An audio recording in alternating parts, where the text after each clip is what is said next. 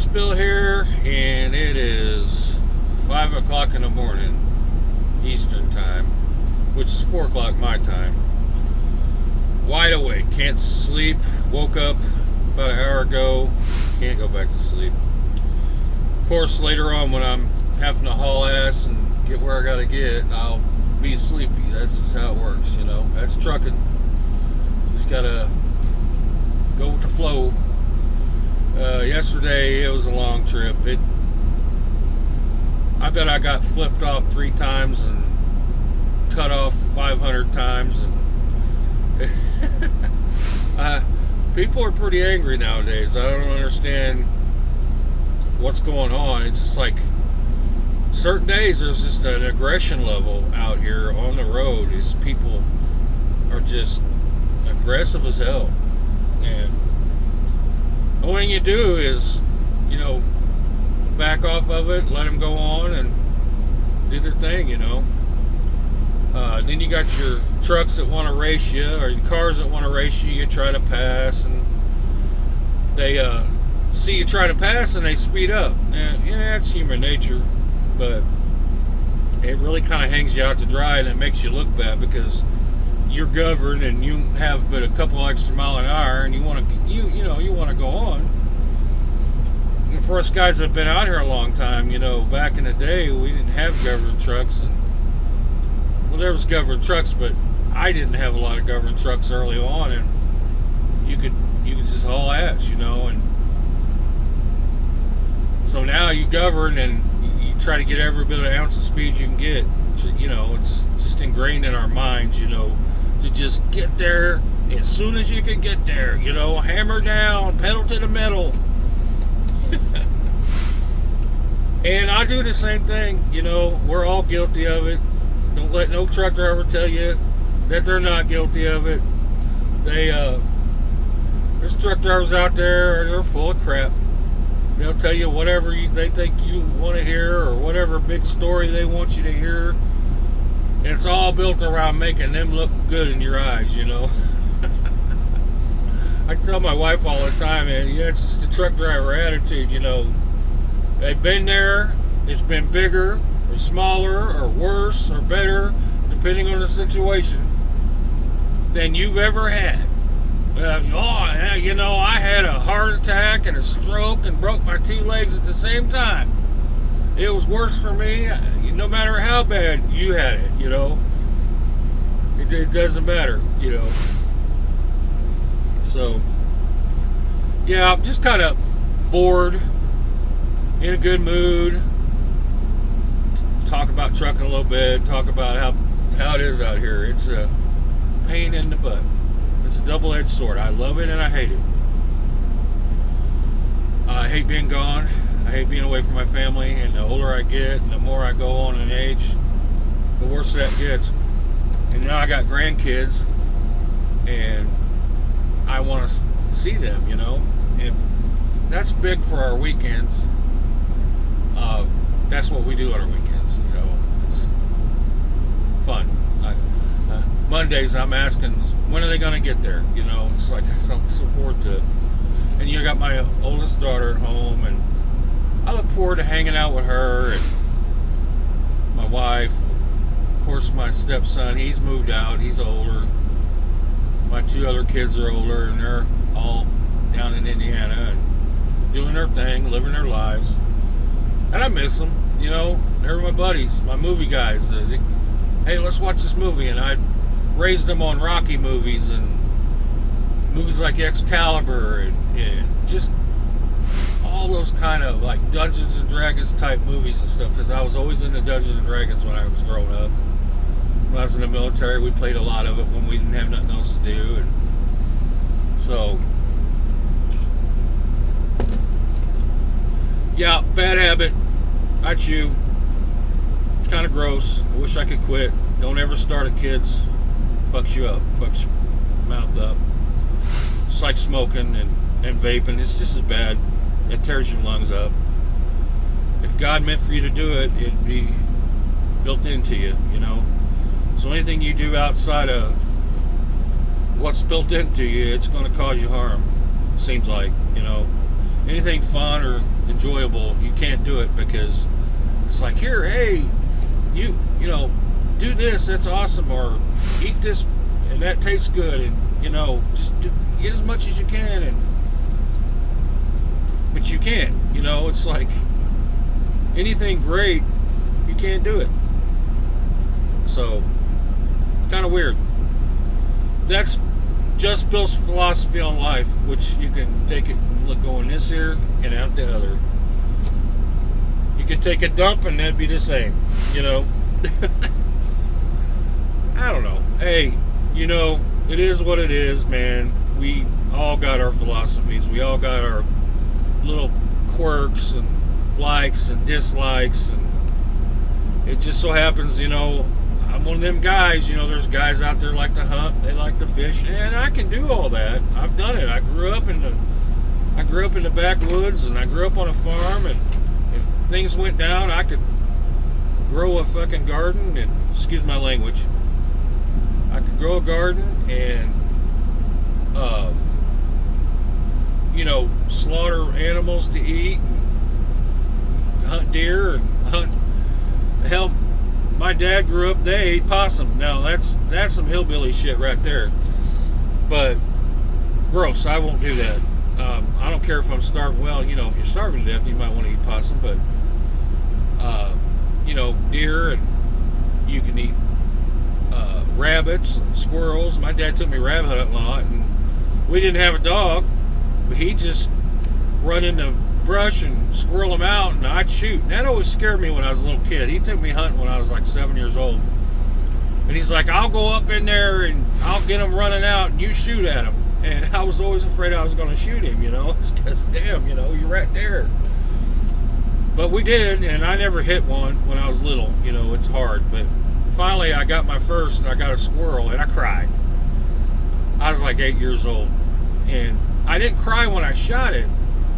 But we got back to the house, and he started to skin it and shit. He was real rough with it and just doing it, And it made me cry. I feel bad for it, I don't know if any other...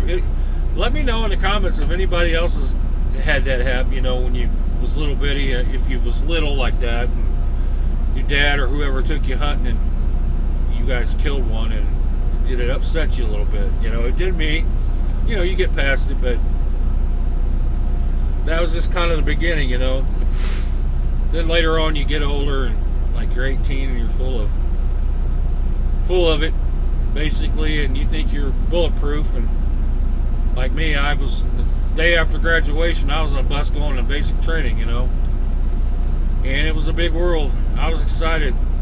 Just as soon as I got off the bus, I wasn't excited. That was not fun. No, the military was the best and worst times of my life. I mean, I'd done things that you never do in real life.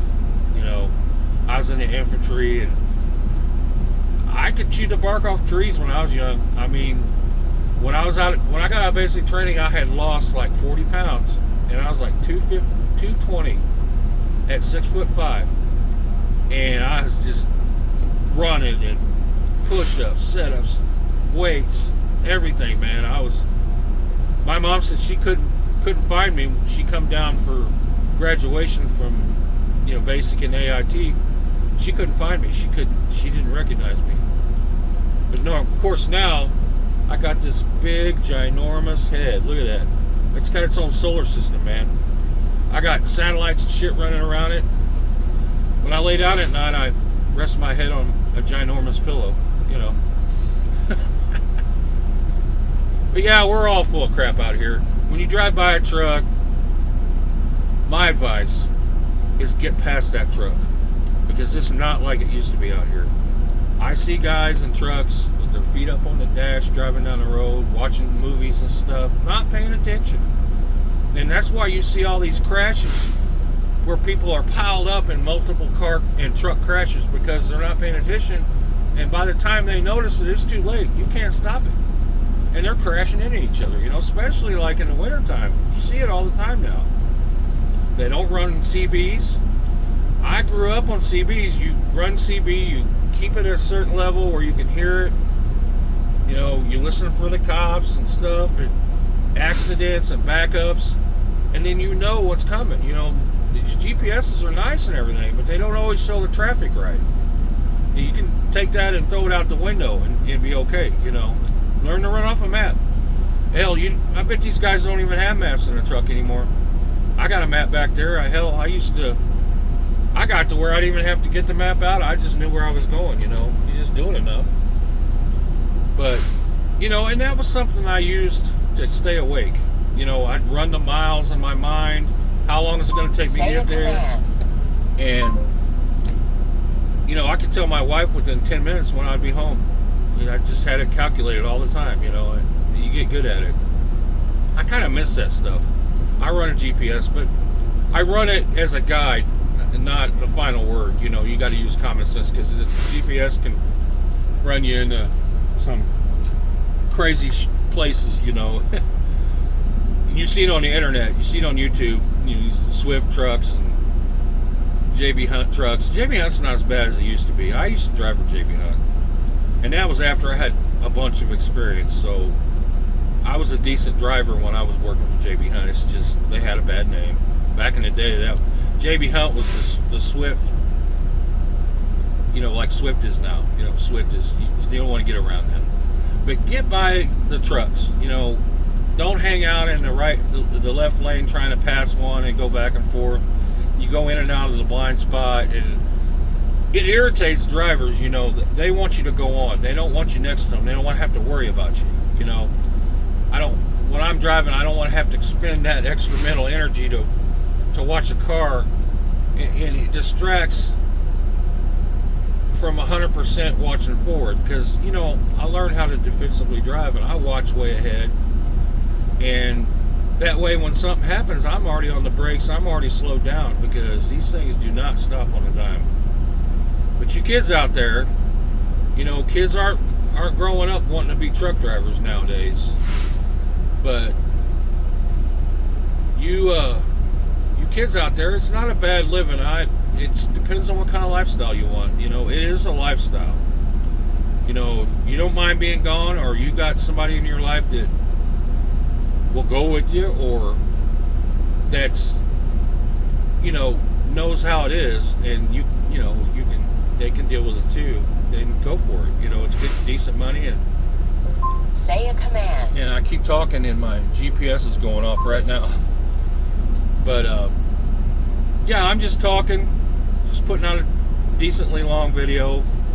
I don't mean to bore anybody, but yeah, it's a little insight into how we do things out here. Like right now, I'm sitting at a gate, place is closed. I got here and there was no parking anywhere. There's no truck stops nearby. I'm up in the hills in Georgia, and luckily there was enough room between the gate and the road for me to get parked for the night.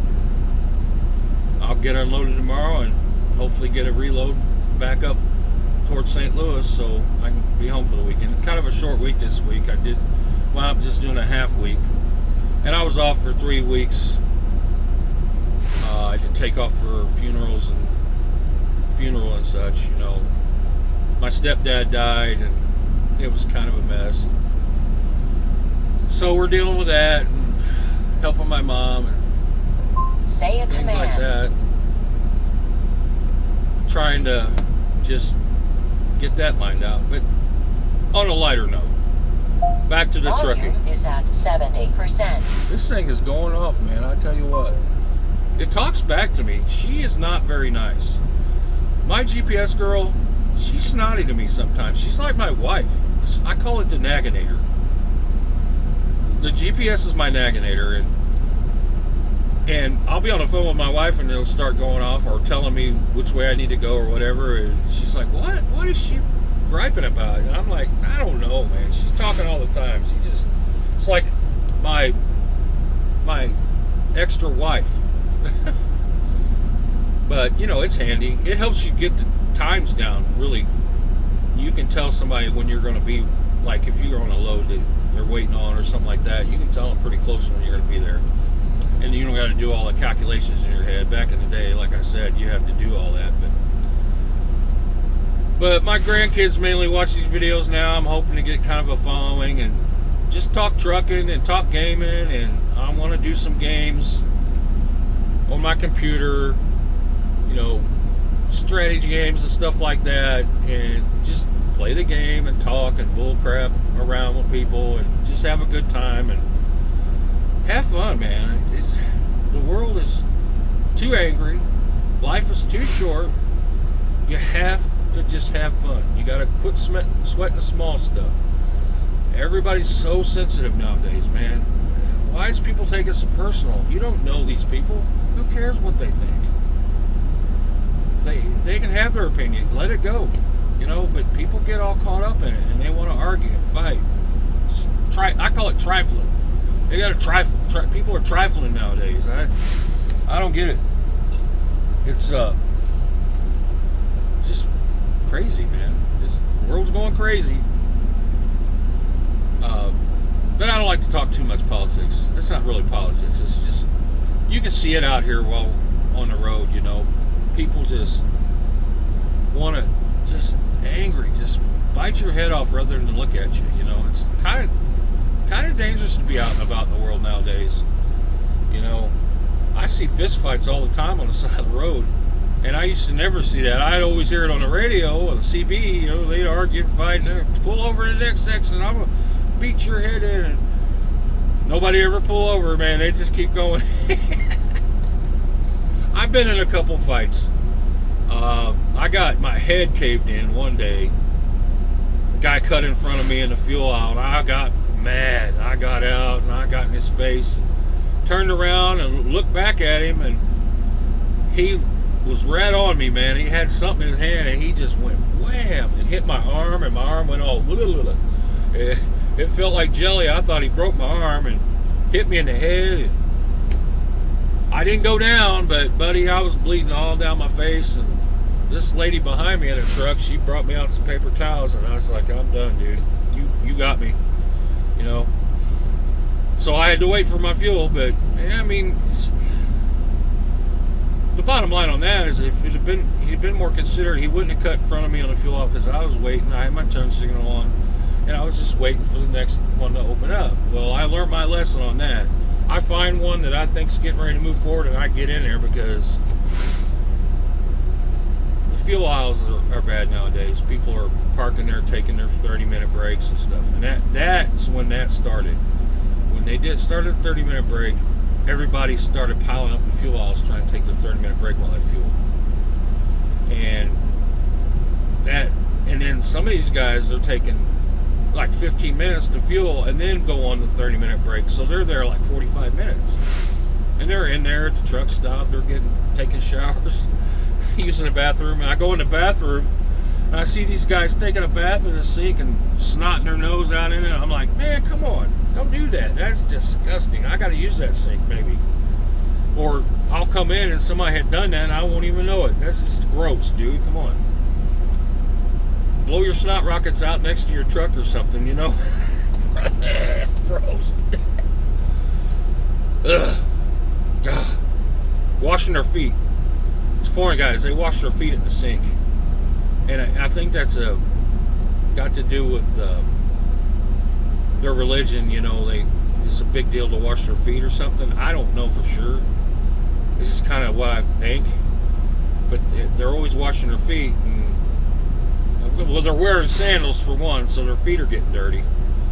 You're not wearing socks and shoes. You don't have to do that if you're wearing socks and shoes. But I don't get it, man. They're out here in a 10-degree weather with sandals on and jogging pants, Lord. I'm old school, man. I wear... I got my cargo pants, and I got, I got 5 of these. I wear one each day, and that way, if I get out on the side of the road or something, I have, people see you, But yeah, like I said, I'm just bored. I've been playing NBA 2K lately. It's just sucked me in. I got a shooting guard. And I like playing that game because you can make your own guy. I name him me, and like I played basketball in high school, so it takes me back to those high school days, the fun I had. I'm in my mind, I'm doing that. I'm making those shots. And you know, I'm 50 years old, getting to be 51, and I broke my leg here a couple years ago, so basketball is over for me. And I miss it. I was playing on the courts all the time when I was younger. After I got out of the military, I was still playing basketball. We'd play till dark, turn car lights on and keep playing. And we just play, you know. And I was pretty decent, man. I put up some decent shots, you know. And I miss it, you know. So that's why I get caught up in 2K. It's a money sucker. It sucks money out of you on purpose. I get that. And I spend a little money on it, but I don't go crazy. I mean, I pick a guy and I run his career through, you know, and if you play the games, you get about 1,300 VC each time you win. And, you know, I don't have no Hall of Fame or anything like that because I don't want to feel like I suck. There's guys out there, they can play that game, man. You got kids out there that whoop your ass, just take you to school. It's like 0 to 21 on the courts. So I don't even play the courts, man. I don't want to be humiliated. I just, you know, play the NBA games and play my career and get my awards. And like my guy's a 3-point shooting small forward. I said shooting guard. He's a small forward, but basically he's a shooting guard. I'm hitting like 23s a game, and then I got the hook shot specialist, so I go in and I do a few hook shots, and I green it every time. And I got the Kareem Abdul-Jabbar hook shot. I love that, the sky hook. That's freaking awesome. Lou Alcindor was awesome, man. He had the hook shot. When he learned how to do the hook shot, it made him unstoppable. That guy, that's why he's #1 on points in the NBA history. Because nobody could defend that hook shot because he was so tall. And when he just was automatic on that hook shot, it'd go out in 9 out of 10 times. Nobody could do nothing with it. You know, the only way they could foul him, that's about it. And they did, but he was good at foul shots too, so the guy's good, man. You know, I like him. I don't get into any of the politics on all them guys. I try not to, you know, and it's always going to be there. Politics. People get money, people get famous, and they think they have a right to preach their politics to people. And I never got that. You know, you're paid big money to play a game. It's a game. You are in a best position. You're in a position that millions of people would love to be in. And so enjoy it, you know? Play your game, get great at it, dominate. You know, do you got to get political? You don't have to. Can you? Yeah. You know, I just never understood it, you know. There's a lot of guys that didn't, you know, they just played their game. And guys back in the day, in the golden era, you know, and Kobe, you know, he didn't really get political. He just played the game, man. That's all he cared about. It's sad what happened to him. I'm sad that happened to him. I cried when that happened. It bummed me out because, you know, I thought he was one of the greats. You know, him and Magic Johnson, Larry Bird. Larry Bird was awesome. I met him when I was a kid. I lived in Indiana, and he come down from French Lick, and he was looking for. He come because my brother had a '55 Chevy for sale, and I don't remember it much. I was a little bitty, and he's just a big dude, you know. And he never bought the car, but he come to look at it because he lived not far from us. So that's kind of neat. But Larry Bird and, you know, Michael Jordan, I don't care what anybody says, he's the best of all time. Maybe because that was when I was in high school. He was hitting it, dude. He was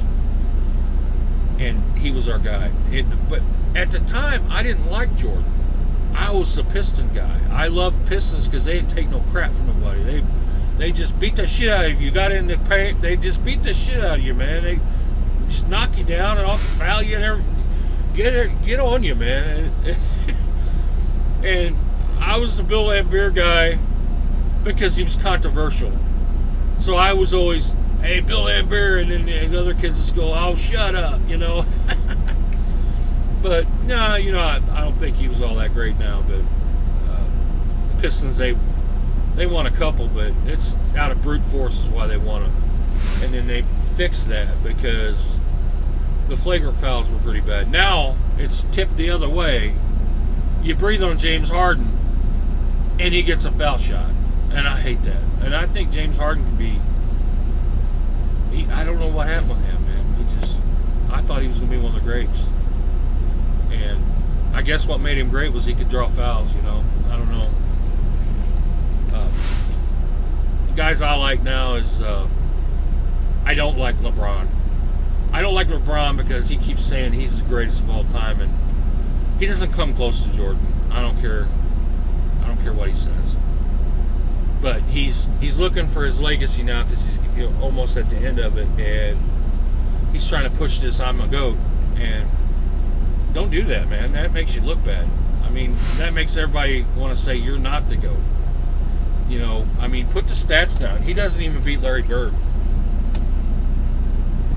Larry Bird was great, but he wasn't the greatest. Kobe was better. Larry Bird was just tougher in a tough era. But I did see Larry Bird make some crazy shots. Like falling down, flick it up, it goes in. Just some crazy stuff. He was good at converting. But yeah, 2K is what I've been playing, and I got my guy up to the 3rd season. I get bored with the team I'm on, so I'm always, every year, you got to play 10 games when the new season starts to be able to be traded. You got to play them full through. So I play my 10 games, and then I ask for a trade because I want a new team. I want to play with new players before they get cycled out on the game because they retired. And then you got all these made-up players, and when I get to that point, I get lose interest because you don't know any of the people. You want to play with guys that you know on the court now and stuff like that. If they would make a game where if they would make a mode where you could play career and start it back in like the 80s or 90s, whatever era you want, and start your career from there and play with all the great players and run your career do that would be awesome. I don't know why they don't do that. I know it's extra money and extra time for them to do it, but once they start it, they can just keep building on it each year, and that would be, I'm telling you, if 2K would do that, everybody would be doing that. Everybody would be on there playing their career, starting out at what era they want to start at. And the money's that was like it was back then, and then you work however it was, just do it realistically. That would be awesome. I bet everybody would do that.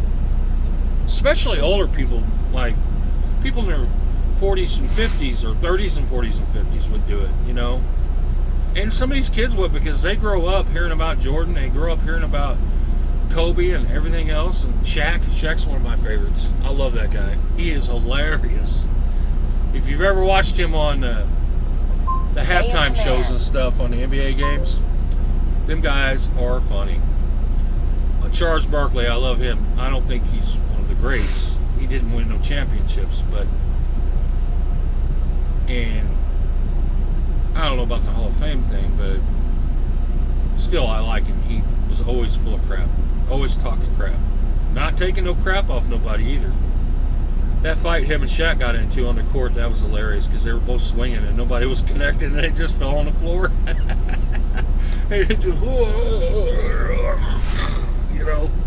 That was it. Shaq took a swing and it missed by like 10,000 miles. Like it was like, raw. That's a big dude though. I would not want to get in a fight with that guy. Even now he's like my age. And he is a big dude, man. That is one of the biggest dudes ever. And he's not just big, tall. He is big. He's a big football player, big. Yep. Anyway, 2K, I got Elden Ring. It's kicking my ass. So it's hard for me to get traction on it. Because if a game is too hard for me, and I know there's a lot of people like this. If it's too hard, and you can't get nowhere without a complete struggle, you just lose interest in it. You know, you want it to be easy, but you don't want it to be so hard. You know, you got to keep going back and going back and going back. It's a hard game. I'm planning on delving into it some more, but and then, you know, kids come over and they play stuff like Forza, and I got Cyberpunk for like $12, and they've been playing that. I've been wanting to start that too, to see how it is, Cyberpunk. And you know, I got all the strategy games on my computer. I got 100 and something games. I don't know how many I got, but like everything from space strategy to, you know, Mafia game, all the Mafia games I got on the computer. When they run the sales on Steam, that's where you get your games, man. 'Cause I have found games for $5 and under that are good games. And for me, it's like the survival builder games. I love those, like The Forest and like The Infected. That's another one that's came out, and it's like a one guy deal doing it, and really, really good game. I was surprised he did. You know, one guy did that. That's pretty impressive. And then it's crazy. I'll play American Trucking Simulator, and it's like I'm working when I'm home. Like one weekend I went home and I did that all weekend, and I'm like, damn, I just got to go back to work and do it in real life. You know, what the hell was I thinking? But that's a good game, though. If you ever want to learn how trucking is, that's pretty close. I mean, they feel the same to me. You know, I don't have a wheel and everything. I don't think I could do it with a wheel. And it's easier to back up and stuff because you can do the different camera views and over top views and stuff. In real life, you don't get that. But, you know, like, I've been traveling, like, through California and stuff, and I recognize some of the roads, you know, and some of the places that you see. It's pretty crazy. But I'm waiting for Texas and Montana to open up on that game. I want to run some Texas stuff. But it's neat because you can make your own company, and you can get, you can go in the workshop and get, like, mods, and, like, I got a money